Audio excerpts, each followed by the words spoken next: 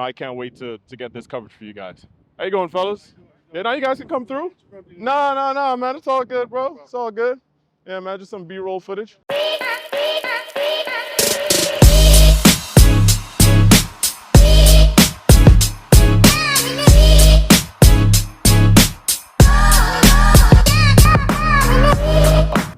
We're here, the investment committee. Man, I am excited for what we have in store for you guys. We're out at 2 Manhattan West. We're about to interview the founder of the Black Hedge Fund Professional Network. They're having a beautiful event, a soiree, if you will, co-hosted by the Alternative Investment Management Association. Windy day today, but beautiful day out in the city. And, I can't wait to get this coverage for you guys. Andra, please, tell the audience about yourself, what you do, and how you got started with founding the Black Hedge Fund Professional Network. Sure. So I'm Andra Ofosu. I wear 2 hats, my day job and my night job. And so in the daytime, I work at a hedge fund based in London. I'm responsible for fundraising for them in the US. And as my night job, you mentioned, I run the Black Hedge Fund Professionals Network. And so this was a group that came about really organically, an extension of my day job in some respects, because I network for a living. And so a couple of years ago, in combination with some people that I've come across in the hedge fund industry, attending conferences, we decided to start meeting it a bit more regularly so that we're not just sort of running into each other at events. So we started with an after-work networking event. There were 20 of us that showed up in the first event back in 2019, and a couple more that showed up a few months later.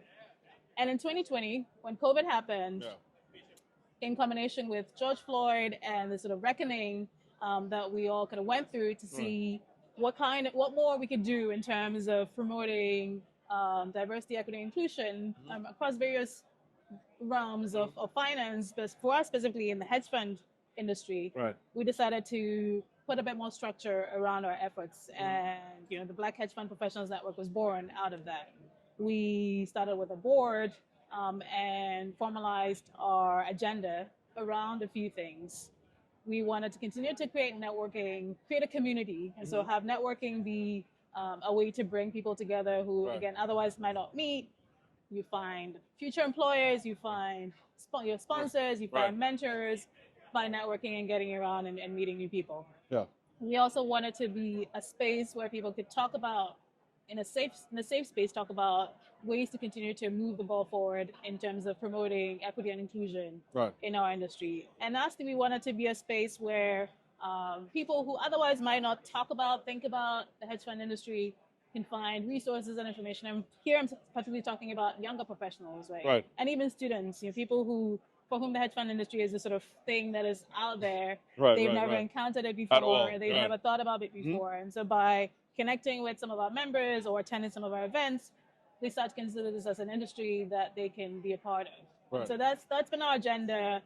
We've continued to, it's one foot in front of the next. All of us who are running this group have jobs outside of this group. And so, we're just trying to move the ball forward in the small and big ways that we can. Right. What are some of the events that you've hosted over the years and the type of initiatives that the foundation has been a part of? Of course. And so we host a number of events over the course of the year. Of course, in 2020 we started with virtual events, and when thankfully COVID it was in the rearview mirror, maybe not entirely, but became less of an issue. We transitioned to in-person events, and so every year in January we host our flagship networking event in Miami. Nice. The last week of January is Hedge Fund Week. And so lots of people who work in the hedge fund industry go down to Miami for that week, and we've started to bring folks together who identify with our mission and want to support the group. They come down for a networking reception during one of the evenings in Miami. And we will be there. The investment committee will be there for sure. And in New York, we host networking sessions, this one being one of them. And we've also experimenting with launching networking events outside of New York City. And so later this year, hopefully, we'll have our first chapter event in Atlanta. watch this space. Yes. And go on from there. We're trying to just create a community, and we want community to create communities not just in New York but really anywhere where diverse professionals are interested in these kinds of spaces. Yes. And no, you were asking about initiatives. Yeah. And so one of the things we networking events, educational events, virtual and in person. We've also taking a step forward in terms of our initiatives for younger professionals. And in conjunction with our event in Miami, we have a scholarship program where we pay for young professionals and students to come to Miami, attend our event, attend the iConnections conference, which is the big conference happening. Right. It's a massive conference happening in Miami that week, and really network, right? Yeah. What they end up doing with that, that's in their control. But Right, what but we putting them in the provide, door, we giving put them- them in the put- giving- space, exactly, giving putting them the them in platform, space right, and to the be successful. platform. Right, exactly. That's what it's So about. we've had some amazing scholars over the years. We even have a young woman, one of our last scholarship recipients is a young woman who's in the process of launching her own fund. And Wow. this has been a great space for her to find supporters and find potential partners. Yeah, and that's the Future Founders That's program, the Future right? Founders program. That's exactly right. It's our Future Founders Look program. out for that. I'll definitely post that for you guys. Exactly. And so later on this year, we'll advertise this around September, October. So keep an eye out for it. We'll launch an application process for this. And usually we select 3 to 4 recipients to come down to Miami with us, all expenses paid. And network. Wonderful opportunity. Don't miss out on that opportunity. See that's what the industry is missing, right? Exactly. Just having industry groups that provide the platform for that growth. And this is why I wanted to come to the event to interview you to showcase what you're doing in the space, because it's been missing. It's been a big gap. I'm sure you probably started your career and there was nothing like this at all. So it's like this is what folks are looking for in their career. So I wanted to really to spread that message for sure. Thank you for doing that, and you're exactly right. Especially in the hedge fund industry, in the alternatives industry, there is a lot of this that is driven, a lot of career progression that is driven by information, knowledge, and access. Yes, right? Access Access is big. That's key. Yes, right? yes. Lots of opportunities pass around, and by virtue of who's in your network, right? A fund is hiring, and they might tell a relationship or a friend, say, do you have anyone? Do you know anyone? Right. So even before it gets to a headhunter, exactly. position is probably already filled. Right.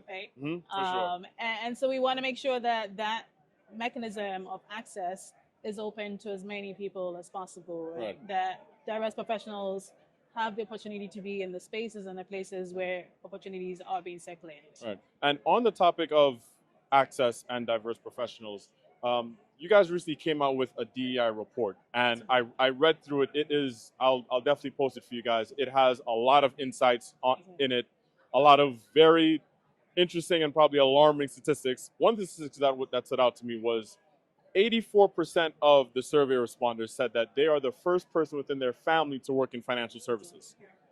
I can tell you as a recruiter, I just talked to somebody yesterday. Their father was a banker. Their mom was a lawyer but used to be in real estate investments before. The 14-year-old child is learning M&A now. It's a whole family of finances, right? Right. It's a cycle. So, share a little bit about some of the insights from that report. Where are we now? What do we have to do? How do we move forward? What can be done? Yeah. And so this was the brainchild of one of our board members, and it was a real labor of love putting this report together. But what we were looking to do was shine a light on some things that we probably already knew as a group, just talking to some of our members, like the kind of anecdotes that you encounter as a recruiter, and shine a light on that information for the rest of the industry. Right. And so there wasn't a whole lot that was super surprising in terms of the data and statistics. 84% saying that they were the first in their family to work in finance. Yeah. When we talk to our members, that resonates with me. Right. When I started working in banking, I'd be working late and my mom would call and she's like, well, why are you still working? No one's coming to collect their money from the bank. Right. She was thinking, when you work at a bank, right. Yeah, it's about the teller. It's about teller. Just exactly just right. B2C. Right. Exactly right. Yeah. And that is a very common situation for a lot of diverse professionals. The first to to explore careers in this space. And what that means is that usually you're kind of stumbling into these Right. opportunities, right? Yeah. And then you're stumbling into the next thing. You're stumbling into the next thing, right? You're not moving from a space of knowledge, Right. right? And so again, with that comes mistakes. With that comes missed opportunities, right? And so You're not moving with intention. and not moving with I intention. just talked about today because there's a difference between, okay, you're on a journey versus you're on a pursuit, right? Because you can just be on a journey and you're trying to figure things out and you're kind of lost. But when you're on a pursuit of something, you right? know, you know where you're trying to go, how to get there, who do I have to talk to? If I get this no, where can I say yes? And that's the difference that I want to make in these kids' life, because now, maybe 20 years ago, it was easier to stumble into it and make something yourself, but it's so competitive now. So competitive. You need to understand the intricacies of this world early on. And so this is why this organization is so important. And this is why your work is so important, right? In terms of shining a light. Yes. It's bringing information and access to information to groups that might otherwise not even encounter it. Yeah. And so that's really, that's why what you're doing is important. That's why we believe in what we're doing, is that information is power. Exactly. Right? Knowledge is power. Knowledge is power. Look at that. And it allows you to find opportunities that you might not otherwise think about. You can't be what you can't see. You can't pursue what you don't know. You don't know what you don't know. Exactly. Right? That's what it's about. And so we're trying to fill that knowledge and access gap. Need to fill that gap. Well, that's a great note to end it on, because we're trying our best. Andra, thank you so much for being on the show and for doing this. I mean, you have tons of people here. There's even more in Miami. Look out for that. We're going to be in Miami to broadcast her conference, and I thank you so much. Thank you. Good to see you.